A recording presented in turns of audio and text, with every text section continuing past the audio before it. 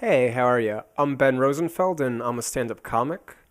I got started, I actually knew I always wanted to own a comedy club, but I never thought I could perform. In freshman year of college, my roommate was a stand-up comic, and I was always his manager, like going around with him watching his shows. And then after school, I was doing management consulting, and I was down in Philadelphia, and he was living close by. So I started checking out some shows for him. And after like 2 weeks of watching shows, I was like, I could write this shit. So I wrote some jokes and emailed it over to him, and I was like, here you go, Jay, why don't you try it? Maybe it'll work. And he like reads it and writes back, this isn't bad, why don't you try? And I think he was half kidding, but I was like, why not? So I got up for my first time in Philadelphia, and unlike New York City, there was an actual live audience. And I was horrible, but somehow got a couple of laughs and like all the adrenaline's going, and I've loved it ever since. Chris Rock's first couple of albums, I like those a lot. Married with Children is actually how I learned English because my family came here from Russia. Like the only family activity we'd have would be watching Married with Children when my parents would get home from work. Philosophy is good to read, but then you start using too many big words and then people can't understand you. And then like in my act, I've had to focus on sometimes dumbing it down a little bit just so it's more digestible. And if I wanted to dumb it down, I wouldn't say the word digestible there.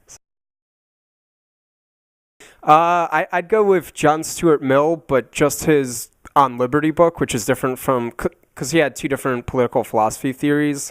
One was on liberty and libertarianism, which is like do whatever you want as long as you're not harming anyone else. And his other thing was utilitarianism, greatest good for the greatest number. And that one I don't really care for.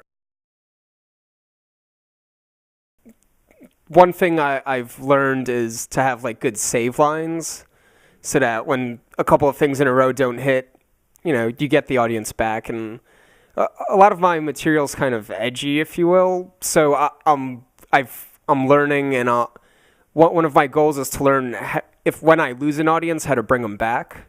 And that's been happening more often than not, but everyone has their bad nights. I've never had the heckle that everyone thinks of, like, you suck, go home. Usually it's people that think they're being helpful by like saying something that they think helps the show along.